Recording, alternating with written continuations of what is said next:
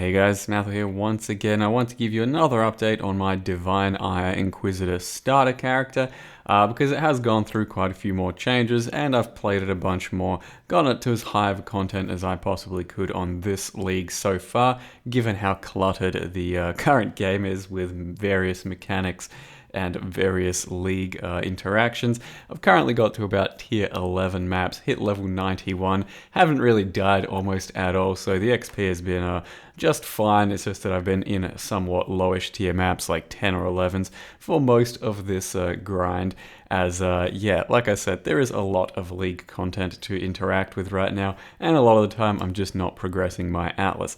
That said, the character has hit something like level 91. I do now have a 6-link staff, which I bought for 20C, and Divine Ire is quite a beast in its own right.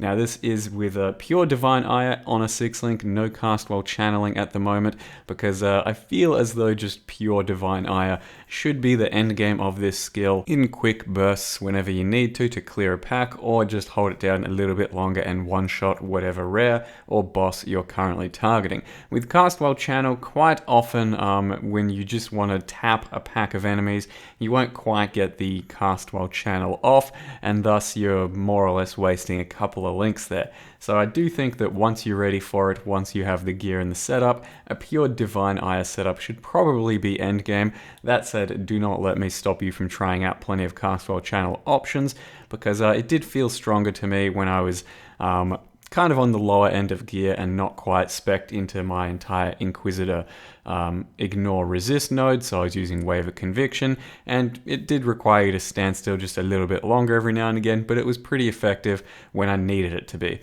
Whereas this setup here, you can see just one-shotting bosses, you charge it up to 20 stacks in the middle of a pack pretty comfortably, and then you can unleash for currently, I think I'm hitting for something like an average of 1,000,000 damage. So when you actually unleash, you're hitting for close to 1,000,000 hit, if everything lines up quite nicely. And it is pretty stupid, and I absolutely love this playstyle, at least so far. I haven't quite tackled any of the real endgame, which is probably where this type of build and this type of playstyle definitely falls a bit short, because you have to do some standing still. Maybe if you don't one-shot things, it gets a little awkward. We'll see if I actually even get there on this character, because it is still pretty far away for me. Content-wise, I'm trying my best to push towards the end game, but my gear is not anything impressive at all. We're running off of like less than 1x worth of gear, and I think it has been one of my most effective and fun league starters to date, because it just has not required much gear. It was very effective off the low amount of gear, and ultimately I think it's a very fun skill to play. So my best league starter was probably Double Strike Champion, and that's because we just found out that Vile Double Strike was rather busted and rather fun. But this one here is going to have to be a close second for me, and I'm definitely still going to play it for another couple days to try and figure out a few more things and to try and hit that endgame grind.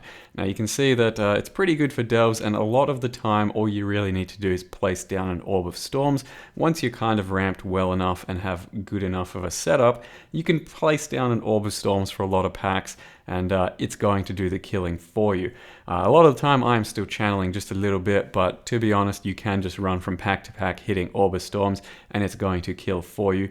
But yeah, a lot of the time I'm still channeling just to be sure that I'm clearing a pack, and because it is rather fun to unleash my little beam. You can see I'm running still Herald of Ash and Herald of Ice. Now they do both, I think, help in clear speed. The Herald of Ice definitely explodes certain packs here or there, and the Herald of Ash does have some good overlap damage potential, especially off of the large beam. So for 50% mana, I think it's probably worth. And then I have been running Hatred for most of this character's experience, because I do want a lot of my physical damage being added as cold, so that I'm freezing things, shattering things very reliably. Though at this stage of the character, I can also and have bought a Watcher's Eye that relates to Zealotry, because Zealotry is almost the same damage as Hatred for my character, but the Watcher Eye mods are so much better. So So it is quite nice to get a Zealotry Watcher's Eye with Arcane Surge, and that should put us well over the top on the damage potential, and I'll go over that in just a second for you guys. But you can see the playstyle does end up being rather smooth once you have good cast speed and a little bit of survivability. You just wind up a little bit on some packs and then one-shot a lot of these bosses and mini bosses. And yeah, I think it's a pretty smooth playstyle and very possibly hardcore viable. Just really depends on how you're playing it and how you build it. So the character is currently level 91, Zana Thilda the Inquisitor, and not too much has gone underway as far as, beastly upgrades. There's just been little upgrades here or there and fine-tuning of the character to figure out exactly what I need for it. And the biggest upgrade is just buying a basic 6-link staff. This here is a Serpentine staff. It's like level 49 or something. Item level 71, costs 25C as a white base. Just 6-linked, and then I rolled a few alterations till I hit +2 cast, +2 lightning gems, with cast speed, regaled, and here it is. So it's a very basic item, but since it's so cheap and I've got such little currency, it's pretty worth doing something like this just so I can get into a 6-link, and then Divine Ire becomes a 6-link and starts running rather smoothly with some quality of life gems. So you can start using things like faster casting, crit strikes, increased area, just to fill out the niches that your character is lacking most at the time. But for my current setup, it is Infused Channeling, Hypothermia, Energy Leech, Crit Strikes, and Fizz to Lightning. So with Fizz to Lightning, we convert the rest of our damage into lightning. So that means that most of my damage becomes lightning at that point. A lot of it is cold as well once I'm using Taste of Hate, which I bought for 30C because they're pretty cheap at the moment.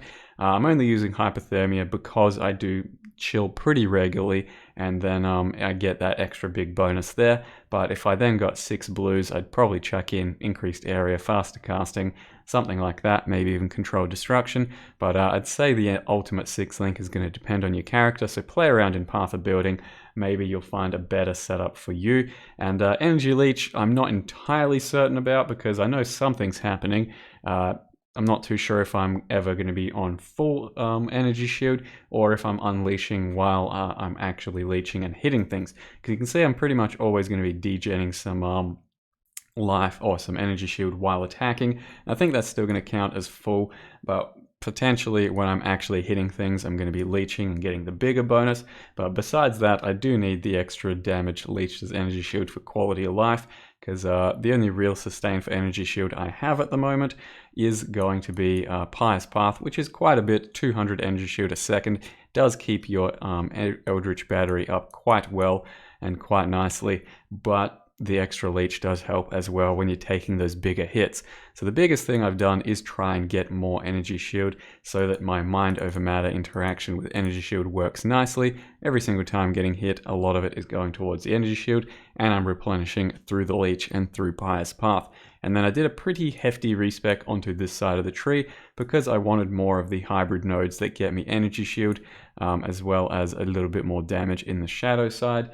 And ultimately, I think I just dropped a few extra life points while gaining a bunch of damage and a bunch of energy shield. So this respec did work for me in the end, but I don't think there's any one strict passive tree you should be following. To start with, you can definitely go the life-based one. I think it just scales a bit easier off of life. You can go a pure comb setup without any mind over matter stuff at all. You can go a mana setup.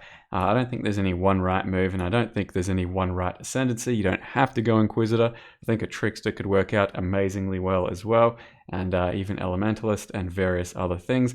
So this is just one version of the Divine Eye setup that I wanted to show you and how it's been working for me.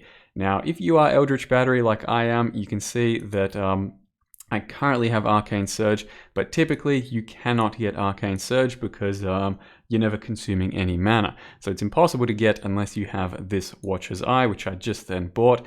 Under normal circumstances, not that great a Watcher's Eye, but since you are our Eldritch Battery, we can't get Arcane Surge, and it gives us 10% more spell damage, 10% cast speed, and it pushes Zealotry over the edge to become better than what I was otherwise using, which is Hatred. I love Hatred because it does give me a lot of cold damage, and that does help freeze and shatter things, but it's almost the exact same damage as Zealotry, and when you get a good Watcher's Eye, that makes Zealotry pretty good. So I'm starting to run that, but by all means, play around with which one's better for you and your reservation in general. You might want to run Herald of Purity instead of Herald of Ice. It's almost the same damage, but then you get some adds that tank for you. So there's no right move here. Definitely play around with various setups and various passive trees, and this is currently what I've landed on. I'm also using a Flame Totem with multiple totem support, Control D, Ellie Focus, and Faster Proj.